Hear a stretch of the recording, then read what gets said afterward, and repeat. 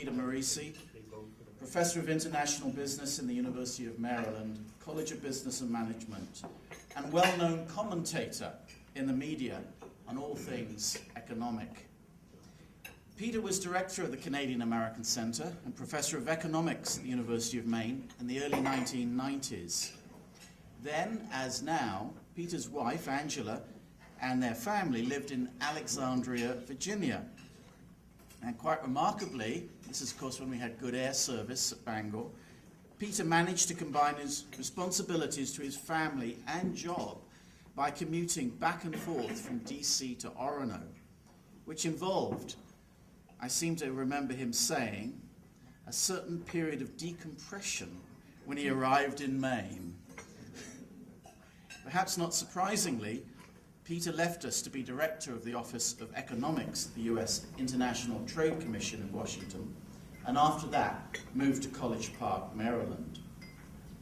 Peter Morici's area of expertise is in economic policy and international trade.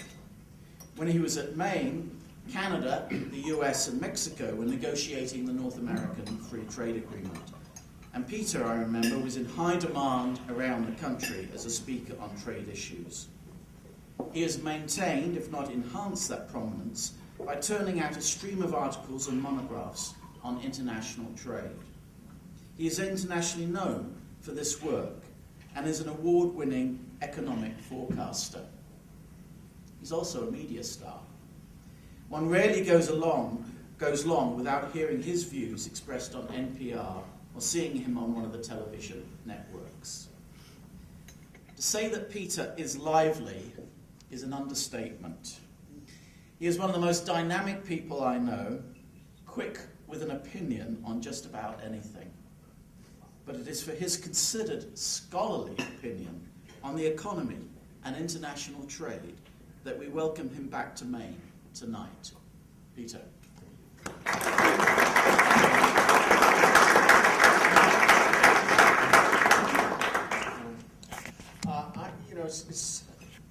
Aristotle taught Plato, and Socrates taught Aristotle, and I know the answer to who taught Socrates because I was his classmate. I received my PhD so long ago that the lettering is now long faded, and in that time, since then, I've taught at 4 universities and 2 colleges. And I hold closest to my heart, and always will to the very last breath, the University of Maine. This is where I learned to be an academic, and this is where I learned to be a professional. And I will always remember the tolerance that is present in this very liberal institution for a conservative from the South. Also, I'd like to say that it's over the years been very heartening to me and a source of satisfaction and pride to see Stephen succeed me and do such a wonderful job. And I've always felt very, very proud of Stephen succeeding me and the wonderful job he's done here at the Canadian American Centre.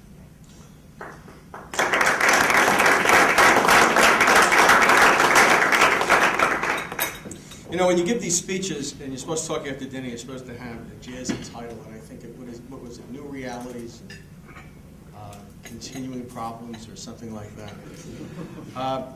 Nothing really changes in Canadian-American relations.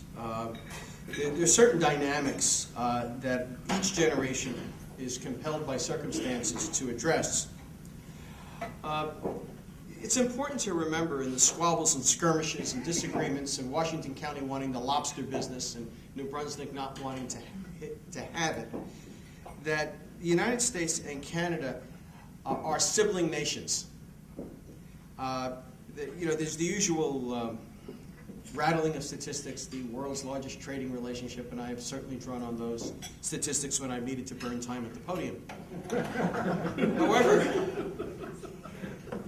it is because that we are so much alike that we are joined by geography that we squabble so much and experience so much tension. And the tensions inevitably come down to 2 great sets of issues in the relationship. One is this joint vision that the Canadians and the Americans, along with the British, share for the international system, the rules of the game, the international institutions, how they should be structured, things like the WTO and the IMF and so forth, and how they should encourage progress in the world. However, Canadians and Americans see those institutions through very different prisms. The United States has now been the largest economy in the world for more than a century. And it has borne the burden of sustaining global security for more than a century. It is the only power in the history of mankind to dominate both the Atlantic and Pacific Oceans. And with that comes great responsibilities. And so the United States tends to see even things like what should be the investment rules in Quebec for American corporations in some sort of very grand scheme of global governance that should be applied everywhere, almost like Roman law. The Canadians see it in a very different way. They see it from the perspective of, gee, you know, my older brother is so much bigger than me. I got to have a set of rules to keep him from rolling over in bed and squashing me, or ignoring my concerns as he's about his bigger business. And so the Canadians have often seen this process of rulemaking as a method or a means for always assuring that the little guy gets an even break as disputes emerge. And it's against this backdrop that the theater of timber and fisheries and energy and potash plays out. It's against this notion of establishing regimes. And if you really look at it, not much has changed. If we go back to the 50s, or in the 60s and the 70s, there was the issues of, are Canadian resources secure? Should Americans rely on Canadian resources? After all, we mined out the lower 48 first, and then we started relying on Canadian resources. Should we view those as secure?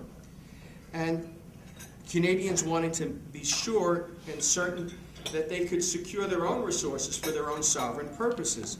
And we had, for example, during the Trudeau years, efforts to limit Canadian energy exports. Because after all, you know, why should the lights go out in Canada if the Americans are going to be, you know, such wasteful individuals and drive these very large cars around and, you know, do all those things. Today we talked about the very high cost of electricity in the state of Maine, something that was purposefully engineered over a period of 25 to 30 years in Maine. Yes, it was. And now has come back to bite people. Because it's one thing to say we need expensive electricity so we can encourage people not to use it. It's another thing to say we need expensive electricity so we can encourage people not to come here and create jobs. And so now we're back to the old story of how much Canadian or Quebec electricity do we want? How do we get the least expensive electricity and so forth? Those kinds of issues almost get turned on their head when we look at something like the XL pipeline, the Keystone XL pipeline. Canadians not only want to sell this stuff, but they get very concerned that they get something out of selling it, besides a few dollars. The labor movement in Canada opposes the XL pipeline. It's not just environmentalists in the United States, because they're quite concerned that, well, we export the energy, we get a few dollars, but we don't get any of the real jobs. They're all going to end up in Cushing's, Oklahoma, and in the Gulf refineries. And, well, the Keystone pipeline is already completed to the point of delivering oil to the Illinois pipelines outside Chicago in the Midwest. So there's this continuing drama of how do Canadians get, you know, some sort of benefit other than just exporting the stuff. And the rules that we want to apply seem to shift with the particular circumstances. We talked about those things when I was here. My predecessors in Washington, I ran something called the Canadian American Committee before I came here, which goes back to the 50s and was created about the time of the Auto Pact. We talked about those issues, and it goes on. One of the things that we enjoyed the luxury of doing for 150 years was squabbling with each other in isolated splendor. We were so wealthy that we could be foolish. We are no longer that wealthy, and we can no longer enjoy the luxuries of fools. The world is dramatically changing. I like to say we live in a world of Anglo-Saxon design. And now the question is, can the Anglo-Saxons compete and survive in that world? We have the rise of China, but also the United States itself is beset by some very remarkable problems. It is strangling on its oil import dependence, even though it sits on a great deal of oil that is not yet developed. At $100 a barrel, I can cut American oil independence in half in about 5 years, and do it in a way that is no less environmentally responsible than we're doing now. But we choose not to do that. We have this gaping trade deficit with China, which has to do with essentially establishing a set of rules in which people are supposed to self-police, and the Chinese don't self-police very well. President Obama, not someone who I quote frequently, is fond of saying that the playing field isn't always level for Americans, and he's quite right. Where we might disagree is what to do about it. He would like to discuss it with the Chinese. I would like to go find something more powerful, like a 2x4, or a tax on currency conversion. But the Americans have also problems of their own design, problems the Canadians don't have, and where they might draw some powerful lessons. One is healthcare. The Americans have a system that is simply too expensive by any measure or metric you can find. The United States spends $8,000 per person for healthcare. The Germans, with something of a similar private system, they do have universal coverage, but they rely on private vendors to provide the care in the way that we do. I mean, hospitals are hardly private in America. Their costs are $4,000 per person. The same thing in Holland. Now, if the free market, the whole justification for the free market, the very justification, the mother's milk of economists, the things that we are taught after opportunity cost, the next thing we're taught about is competition. The mother's milk of economists is the justification for a market system is to provide you with the most efficient outcome. How can the United States, with the most market-oriented healthcare system in the world, brag the highest costs if the market is working? Unfortunately, we don't have very good solutions in Washington, and this is not a discussion of Washington, so I'll lay off it. But on the Democratic side, they would just like to pour more money on it, and they have successfully dragooned a law through Congress that will do that and will make the problem worse. And on the Republican side, they say, well, we're going to give everybody vouchers and tell them to buy their own insurance, and competition will miraculously lower the cost of a grandma will pay to visit an orthopedist, which I find to be just absolute nonsense. The American banking system, well, the Canadians have this figured out. We don't. The Canadians don't have this problem. We have it. Banking, we have amalgamated 60% of the deposits in the United States in the hands of 5 or 6 banks. That's why you get less than 1% on your CDs, and small businesses in Maine can't get loans. That is why you have economic development problems. The Canadians have always had a centralized banking system, but they have never quite had the excesses on Bay Street that we've had on Wall Street, and as a consequence, they can make loans. Now, these are all great sources of things that drain the American economy and make it more difficult for us to lead and to preach to the world that they should embrace, a system that's more like ours and less like the Chinese. Other realities is the rise itself of China, whose consequences overestimated. China will probably get gray and old and have serious population problems before it ever becomes wealthy. China will not match our per capita income in a century, probably. A great deal of Chinese growth is artificial and is of no great consequence. Economists have limited abilities to measure the world. One of them is if you build a city in the wilderness, all those buildings count as GDP, even if no one ever occupies them. And the Chinese have managed to build cities that nobody occupies, but they count it as GDP. Now, clearly the Chinese have grown, and we wouldn't have what we have at Walmart, the impossibility of buying a coffee maker made in North America. But these are real challenges that we face. Now, there are challenges that China presents, is that China is becoming a martial state.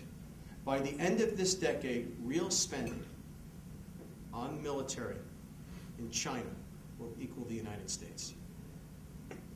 And the Chinese will spend that money not on paying their soldiers very, very well and providing 20-year pensions. They will spend it on a modern navy. And Canadians and Americans must think together what it will mean not just for the Chinese to have lots of dollars to buy up the world, but lots of dollars to have a navy that will challenge the American fleet. At the same time, these problems that I've spoken about are greatly weakening the American economy. For example, health care. In the state of Maine, as in the state of Maryland, Medicaid has become so expensive that through successive budget cycles, we basically do the following. When times are bad, we cut money to higher education, and when times are good, we do not put it back in. But we don't have fewer students at the university. Instead, we cut back on programs like engineering, and we channel more people through art history and economics. Economics is a wonderful thing to study. It's right up there with medieval philosophy. The economy really only needs 2 or 3 great economists. Yes. We are not producing the kinds of people we need to produce, and we're not encouraging them in the schools to study the disciplines that are in demand. And as a consequence, we don't have enough engineers and things like that. And that is something that plagues both societies. Other great sources of instability in Europe. Europe's problems are not solved. It's that simple. In order for Southern Europe to get out of its mess, it has to export more than it imports so it gets euros into its hands to pay its debts. It's the old transfer problem the Germans had after World War I. For Greece, Italy, Spain, and Portugal to have a trade surplus, Germany has to have a trade deficit. At least we know the Chinese are mercantilists. The Germans are the grand mercantilists of the 21st century. There is no reform in Europe until there is trade reform, because only with trade reform will you have the cash in Southern Europe to resolve its debts. Or Southern Europe will eventually have to just default on everything, except what it owes the European Central Bank, and that won't be worth very much anyway. So either the euro goes, or the trade regimes of Europe must change dramatically. That is going to be an earthquake when it comes across the Atlantic, or a tidal wave, whatever metaphor you want to use. But Europe will eventually fail. China will eventually have to change, or it will fail. And think of the amount of prosperity in North America that has been generated by the exports we have in resource areas to China, or just from the high price of resources in the United States. Not just the western provinces of Canada, but places like North Dakota have had remarkable energy booms because of China pushing up the price of oil. So all of these things are going to make the world much more rocky, much more turbulent, and they're going to impact this part of the world where we are and we're talking about today in ways that are discomforting and will make it more challenging. When Stephen asked me to look at the regional outlook and all this business, well, I went and studied up and looked at the regional forecasts for Canada. Different economists have different forecasts for economic growth for the for Canada and the United States. There's the pessimists like myself who have growth this year at around 2%, 2.2%, and the optimists who have it up around 2.8, 2.9. Well, that's where they are. Unless you are selling bonds in New York City and you work for one of those houses, and then I challenge the people at the Ford Motor Company. I tell them to divide up all the forecasts they get into 3 piles. Those that were done by academic economists, those that were done by the Wall Street banks and their economists, and those that were done by everybody else. And he says, you know what you're going to find? And that is that the ones that are done by the academic economists are academic economists the way they always are. They're always pessimistic. They're always the guys who are talking about the problems and the ills of the world and how bad things are in the faculty club, the people that nobody wants to talk to. Those forecasts will be low, as is mine. The Wall Street economists will always be very, very high. And the economists that work for, like, the Ford Motor Company will always be right on the average.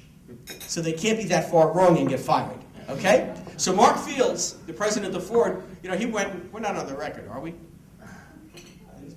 Oh my goodness. Well, anyway, my friends at Ford actually did divide them up and found out that they came out that way. It wasn't that if they didn't publish a study or anything, but they did divide them up and it did come out that way.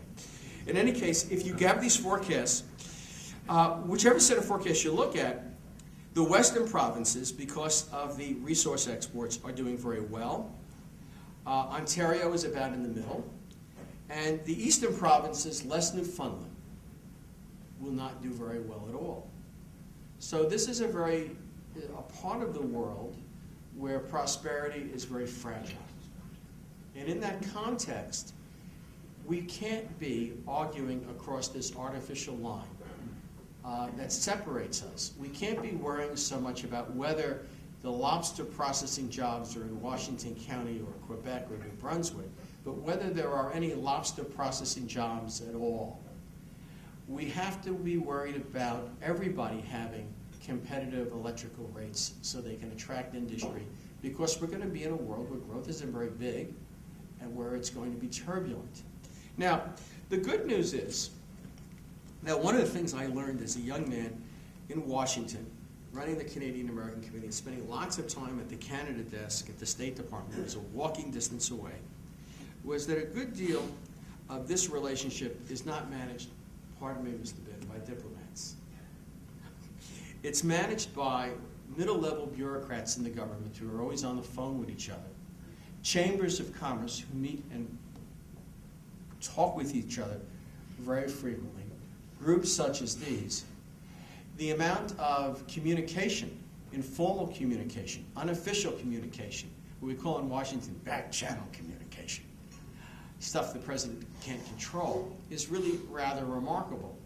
And as Mr. Bin spoke about earlier this evening, the capacity that we have together here tonight, tomorrow, next week, to weave little strands that become part of the fabric of cooperation, that define the relationship in ways that are practical and that solve problems and that create jobs in the 10s and 20s and 30s, is really within our grasp and is something that the world can't take away from us with all of its misjudgments and contraptions for failure. And so, you know, I encourage you in that context to use the opportunities that you have here and in this place to work together on these solutions, because it is this is the nature of Canadian-American relations. It is largely a freelance enterprise of middle-level people who have creative minds who want to make a better life for themselves and their communities. And it's in that context that I encourage you to work together this evening. Thank you.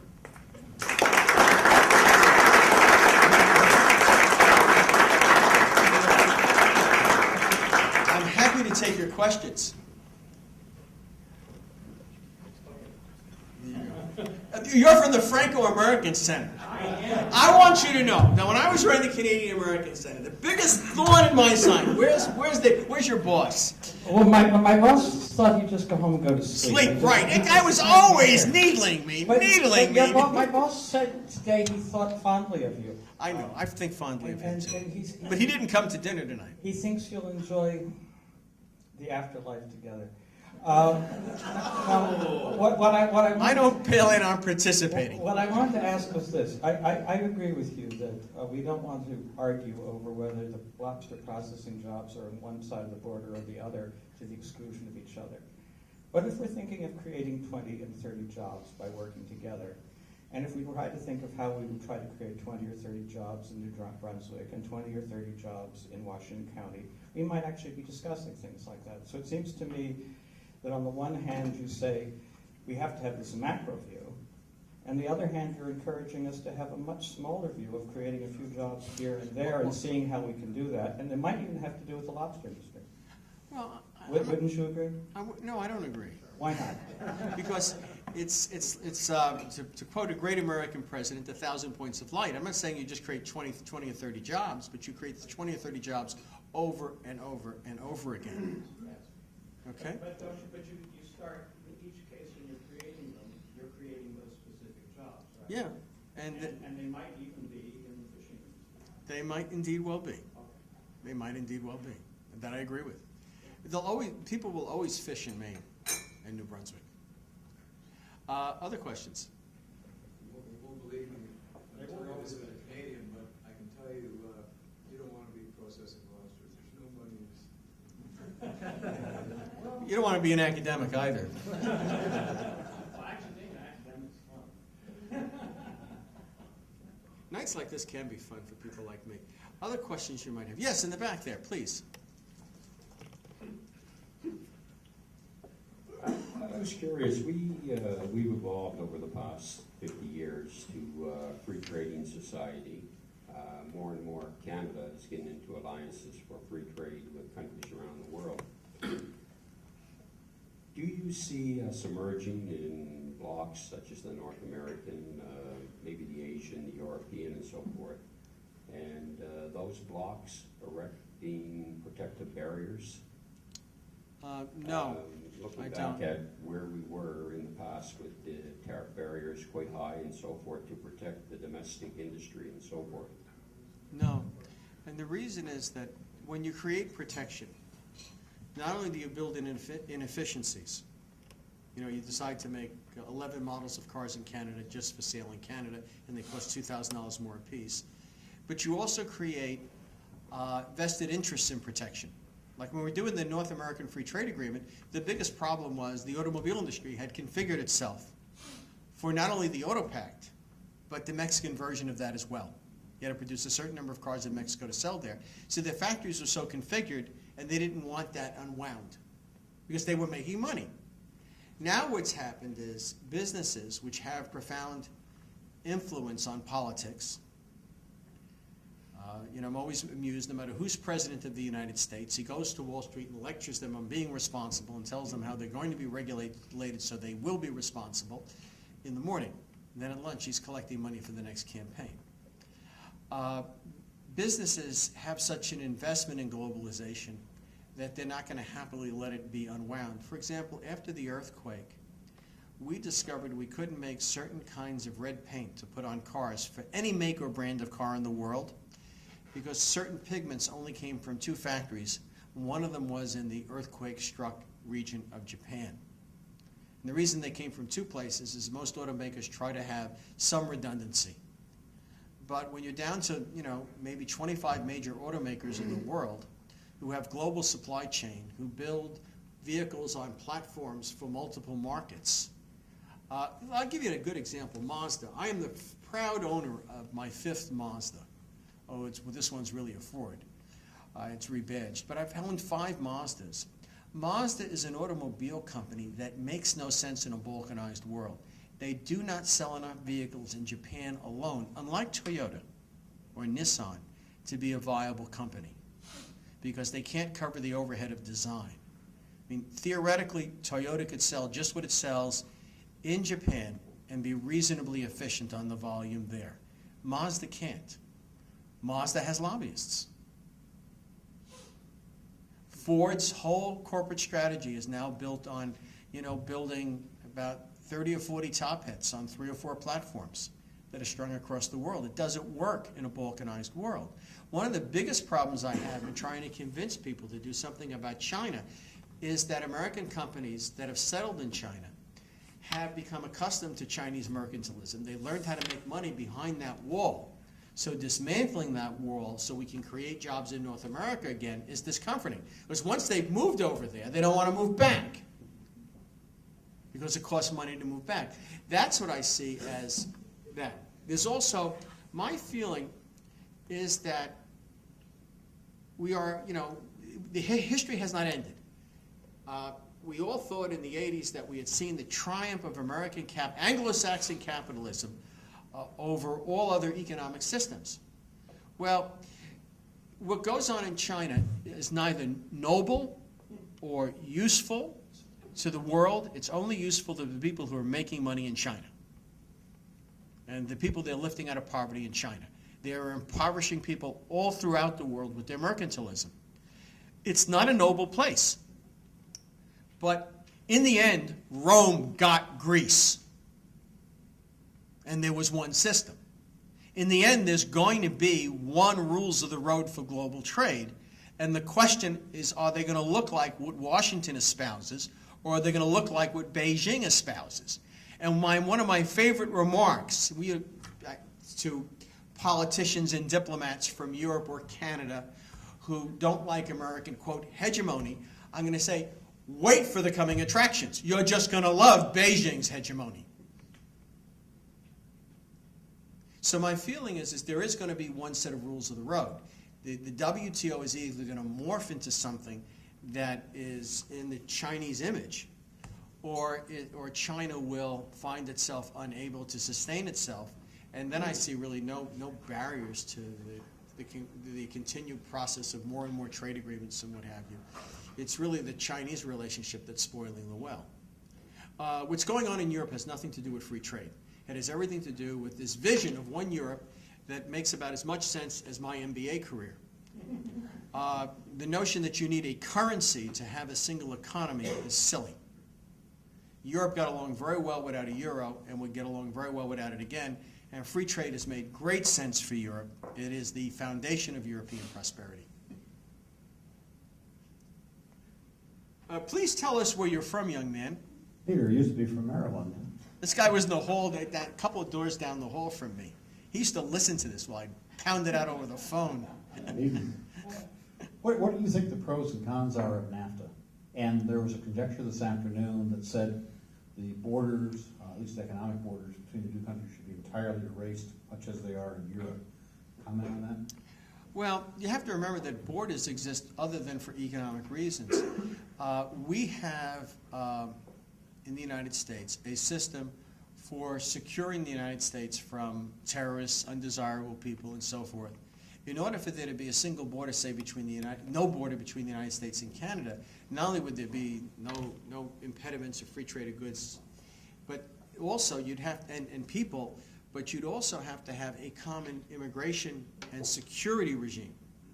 And I don't think the Canadians would care to have our security regime. You know, one of the most remarkable things I hit us when traveling through Europe over the last 2 summers is that my personal liberty was hardly harassed by the imperial government of Great Britain when I went through Heathrow Airport, or by the ancient government of Rome in the manner that it is in Washington. But yet, you know, they catch terrorists, and they don't have buildings coming down, and they get it done. The Americans are into virtual strip searching. And I don't think the Canadians, you know, want to go that route. And they would have to for us to have no border. I don't think you could have no border with Mexico because Mexico is almost in state entropy. I mean, Mexico's coming apart. It's very sad. It wasn't something that we anticipated when NAFTA came along. But Mexico's in very sorry shape. So I don't know that we could have a system where there was no border unless we had a common, you know, regime for securing us from outside threats. And I don't know that Canadians should put up with what we impose on ourselves. How well do you think NAFTA's worked? I think NAFTA's worked remarkably well. What has deprived Mexico of success in NAFTA has been the fact that China's been able to maintain an undervalued currency and sustain a very large trade surplus. That is mirrored in trade deficits, the lack of export opportunities throughout South Asia and Mexico.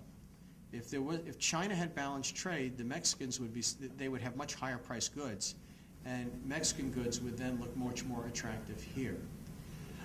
The other things that are wrong about Mexico relate to our drug regime and the problems that we have with, you know, those kinds of issues, and that really has little to do with NAFTA. I mean, we've always had free trade in drugs in the sense that there are no tariffs on illegal drugs coming across the border. I mean, think about it. You know, if you don't stop them, it's kind of very sad. But there are no tariffs on illegal drugs. Anyone else? Be happy to answer some more questions. Be happy to be abused. I mean, Robert Wright does it all the time. You know, he thinks I was dropped on the head when I was a small child. Well, listen, thank you so much. Oh, yes, sir, please. You mentioned several concerns about China. Of course, one of the big issues. One of the big issues in Canada right now is the question about the feasibility of building a pipeline to the Pacific coast. with the intent eventually of providing oil to China. That's aroused some concerns in some quarters in the U.S., although, you know, the counter-argument is the more trade that Canada does with China, the better off it is for us, as we benefit from Canada's affluence, and it creates more money in the environment and more opportunities for trade between Canada and the U.S. So, and the official position of the U.S. Embassy is it's a good thing if there's more trade with China. I just wonder, what is your view about that particular aspect? Well, first, I think that Canada has to do what serves Canadian interests. And they're somewhat defined by the things that we do, because of where they live and who they have the misfortune for having as neighbors. And if the Americans are going to do things like not build the Keystone Pipeline, then what alternative do we give the Canadians? What's more, asking the Canadians to forego economic opportunities with China because we are not managing that relationship correctly, I think is foolish. I think we shouldn't expect Canadians to do that. I mean, that's like asking Canadians to fight our battles for us. If we were managing economic relations with China more effectively, China would be demanding less oil and we'd be using more Canadian oil. The market would be here, but we're not. So I don't think Canada should be constrained because of our actions or inaction. The State Department can't say that. But they can say it's good for Canada, it's good for the usual stuff, rising boats, rising tide boats, all that stuff. But given the context of your concern about China, do you see an issue relating to China that would view that aspect problematic? No, I mean, economists are very good at predicting the end of the world, and the end of the world usually happens. You know, for example, the budget deficit that we have right now is useful for sustaining the economy in the short term, but it is a very artificial situation, and it's creating very long-term problems, crowding out of domestic investment, for example. So you don't renew your capital stock as well as you should, and you don't have your productivity growth slows. All those kind of mechanistic things economists talk about when they're just among themselves. But they're not particularly good at giving dates of when things are going to come apart.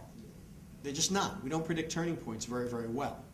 But my feeling is that if it makes economic sense now, there's going to be demand for oil in the Pacific. If it's not China, it's going to be somebody. And so if you can't sell it here because we won't build the pipeline, and you want to sell it there, then I was checking the map lately, and Canada's a sovereign country, can do what it pleases in its own self-interest, and it should. You know, I've got a map at home and everything like that. See, Stephen Soderwood is the geographer in the family that had lots of maps. Anyone else? Well, thank you all very much.